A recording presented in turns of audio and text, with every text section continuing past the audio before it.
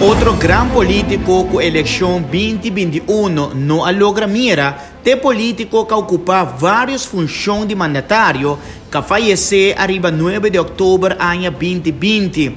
Frido Cruz estava parlamentário, vice-presidente e presidente do parlamento, ministro de enseñanza. E sua última função que ela ocupava estava de ministro plenipotenciário na Holanda. E notícia 30 que político pensionado faleceu lagando atrás sua senhora e sua yunang. Seu nome completo é Francisco Alfredo Frido Cruz.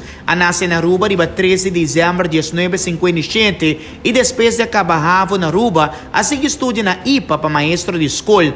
Ela trabalhou durante década largo no Colégio São José na Santa Cruz. Entre 1994 e 2001, ela treina Departamento de Enseñanza. Mestre mencionado que na ano 1988, ela vira membro do Partido Movimento Eleitoral do Pueblo MEP.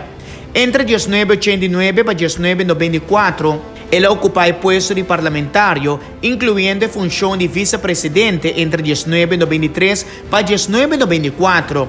Na ano 2001, ele ocupa a função de presidente do parlamento.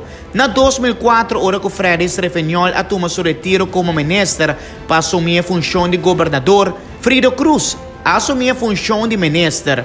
E na ano 2005, nombra Frido Cruz como ministro plenipotenciário de Aruba, na Holanda. Uma pessoa que ocupa várias posições importantes de nosso país.